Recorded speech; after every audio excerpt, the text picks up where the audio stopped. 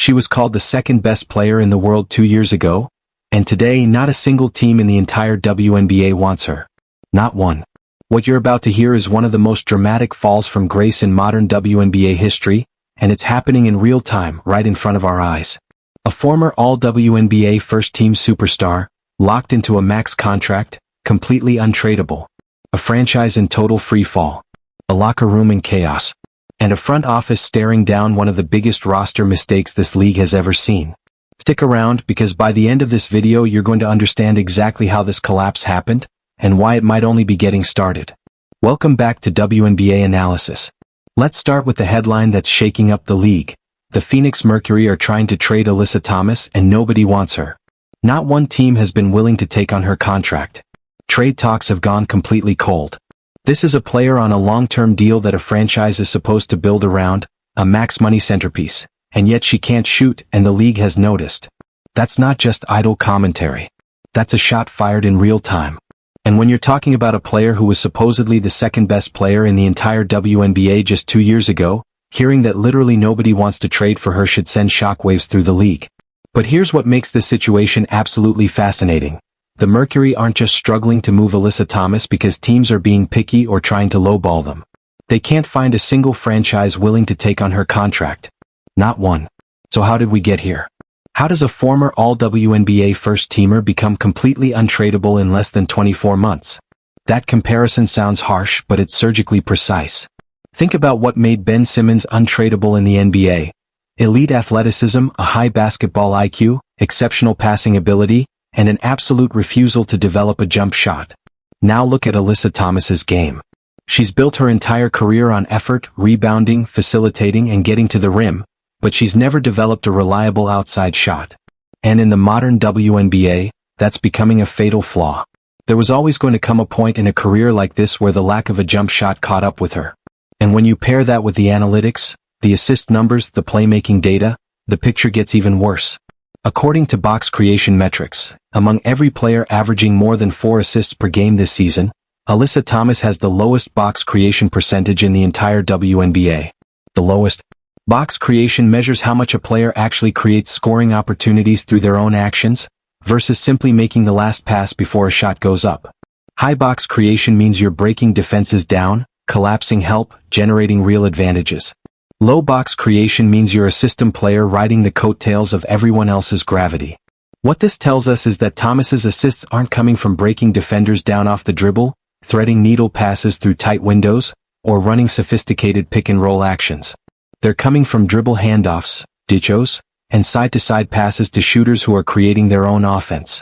She brings the ball up, hands it off to a shooter coming off a screen, and if that shooter buries the three, she gets credited with the assist. It's not bad basketball exactly, but it's not elite playmaking either. And when you're paying someone max money to be the centerpiece of your offense, you need more than a glorified screener who can't shoot. And it's not just Thomas. The entire Phoenix Mercury organization looks like it's in free fall, on and off the court. Their star rookie has been putting together arguably the best rookie season we've seen from a big in years. Genuinely in the conversation with legends like Candace Parker, while the veteran core around her implodes. Let's walk through exactly how this franchise got here. Phoenix traded away significant future assets to acquire both Alyssa Thomas and Satou Sabally, in what was supposed to be a championship or bust move. The plan: pair Thomas's playmaking and Sabally's scoring with Kahleah Copper and Taurasi to build an unstoppable veteran core. On paper it looked formidable. In reality it was a disaster from day one. Copper and Thomas had terrible chemistry from the jump. The spacing was cramped, the offense stagnated for long stretches, and only a handful of strong playoff performances temporarily masked the cracks. Those cracks never actually healed.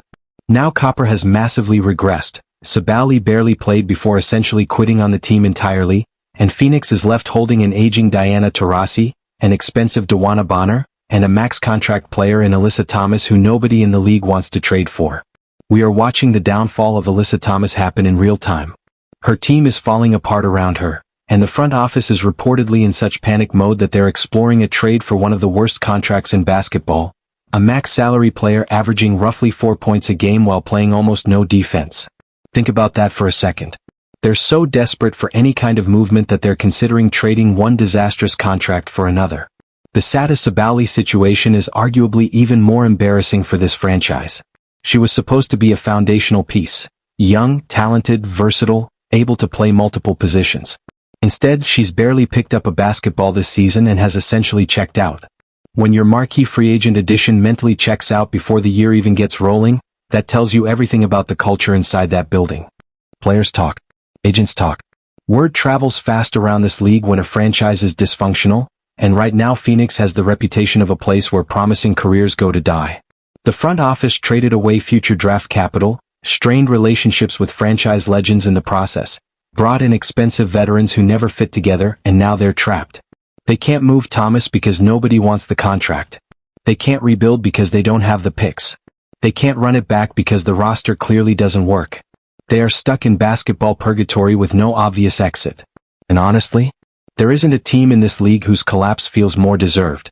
Here's the part that really stings though, the coaching staff is about to take the fall for all of it, and that's completely unfair.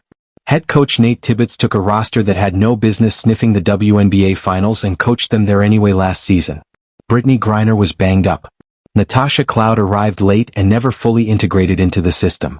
The roster had glaring holes, and yet Tibbetts schemed his way through the playoffs and got this team to the championship series. That's elite coaching. That's the kind of performance that should buy you years of job security. Instead, he's likely going to get fired because the front office built an unworkable roster and the player they're paying max money to is producing empty stats on a losing team. Some smart front office is going to scoop up Tibbetts after Phoenix moves on, and he's going to succeed somewhere else, because he's a genuinely good coach who got put in an impossible position. That's how this league works sometimes. Coaches absorb the blame for front office failures, especially when the alternative is admitting you handed a max contract to the wrong player. Think about how absurd this is. You're supposedly the second best player in the world, and your own team can't even find a trade partner willing to take you off their hands. Maybe if the Mercury front office actually viewed her as a negative asset, other teams would engage. But right now they're not treating her like one, even though at this point that's exactly what she is.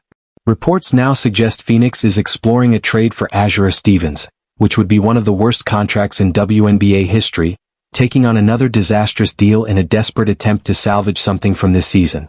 Stevens is making max money while averaging around 4 points per game with minimal defensive impact. 4 points a game on a max salary. That's not role player money. That's supposed to be franchise cornerstone money. The fact that Phoenix is even entertaining this move shows exactly how desperate they've become. When you're willing to trade one bad contract for an equally bad contract just to manufacture the illusion of activity, you've lost the plot entirely. This isn't strategic roster management, this is panic. And the saddest part is, even if they somehow complete a trade like this, it doesn't fix a single one of their real problems. They'd still have terrible spacing. They'd still have a max player who can't shoot. They'd still have a fractured locker room. And they'd still be capped out with zero flexibility to actually improve. Let's talk about what untradeable actually means here because it goes deeper than teams simply passing. The rest of the league has figured out something Phoenix apparently missed. Alyssa Thomas's game doesn't translate to winning basketball the way it once did. She's 29 years old, which in WNBA terms is right at the start of the decline phase for most players. Her athleticism isn't what it was 3 years ago. Her defense, once her calling card, has slipped noticeably. She's not quick enough laterally to consistently stay in front of elite guards anymore, and she's not big enough to bang with true post players every night. What's left is a player whose primary value is facilitation, but whose facilitation, according to the advanced numbers, is largely superficial. She's not creating advantages. She's not breaking defenses down. She's running dribble handoffs and making safe, low-risk passes. That's a genuinely valuable skill set for a role player. It is not a max contract, franchise centerpiece skill set. And here's the brutal truth about trade value in professional basketball. It's almost entirely about what you've done lately. Nobody around the league cares that Thomas made all WNBA first team back in 2023 if she's producing empty stats on a losing team right now. Front offices evaluate players on current performance and future projection, and both of those indicators are flashing red for Thomas. When trade talks go cold across the board, it means other general managers are looking at the same film, seeing the same statistical decline, and reaching the same conclusion. That contract is an albatross. Nobody wants to inherit Phoenix's mistake. Nobody wants to tie up max-level money in a player whose best basketball is clearly behind her, on a skill set that doesn't fit modern offensive systems. And that leaves the Mercury completely stuck. They can't trade her. Nobody will take the deal. They can't buy her out. The financial hit would be massive. They can't bench her, not while paying her max money. And they can't run it back with this roster because they've already proven beyond any doubt that it doesn't work. This is what happens when a front office overvalues a player based on reputation instead of production. When you commit long-term max money based on past accomplishments instead of realistic future projection, and you ignore every warning sign that a player's game might not age well. The WNBA has gotten more analytical, more sophisticated, more obsessed with spacing and shooting than ever before. Players who can't shoot and can't generate high-value possessions on their own are getting exposed in real time. Alyssa Thomas is being exposed right now. The Phoenix Mercury are being exposed right now. And the rest of the league is watching this entire situation unfold as a cautionary tale about the danger of overpaying for declining veterans. Step back and think about the broader implications here. If a player who was genuinely considered the second best in the league just 2 seasons ago can become completely untradeable this quickly, what does that say about how fragile star value really is in this league? What does it say about the importance of continuing to develop your game as the league evolves around you? Thomas never added a reliable jump shot.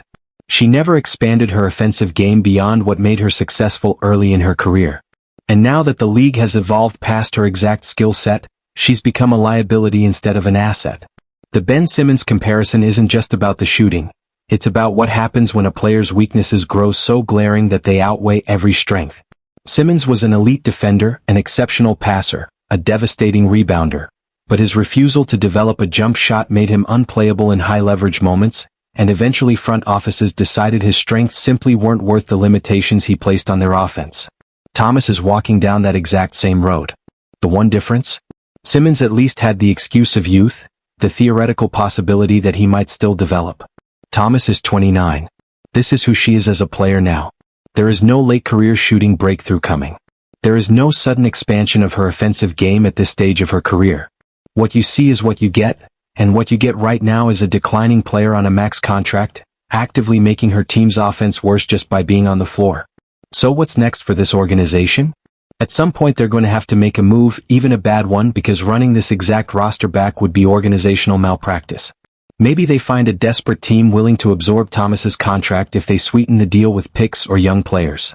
Maybe they convince themselves a coaching change can magically unlock something that clearly isn't there. Or maybe they simply accept that they're going to be bad for the next several seasons while these contracts run their course. Whatever direction they choose, this stands as one of the most spectacular front office failures in recent WNBA memory. They mortgaged their future for a win-now gamble that never had a realistic chance of working, damaged relationships with beloved franchise players in the process, and now they're left holding nothing but bad contracts and broken trust. And for Alyssa Thomas personally, this has to be a genuinely humbling stretch of her career. Going from all WNBA first team to completely untradeable in under 2 years is one of the most dramatic falls we've seen from a star-level player in this league. The game has moved on. The analytics have exposed the limitations in her skill set. And unless something changes dramatically, which at 29 seems unlikely, her legacy risks being defined by this collapse rather than her earlier accomplishments. The WNBA is getting smarter, more analytical, more obsessed with efficiency and spacing every single season. Players who can't adapt are going to get left behind. Front offices that overvalue past performance instead of projecting forward are going to keep making expensive mistakes. And franchises that panic into win-now trades without properly evaluating fit are going to end up exactly where Phoenix is sitting right now, stuck with unmovable contracts, no clear path forward, and a fan base that has every right to be furious about the direction of this organization. This is the new reality of the WNBA.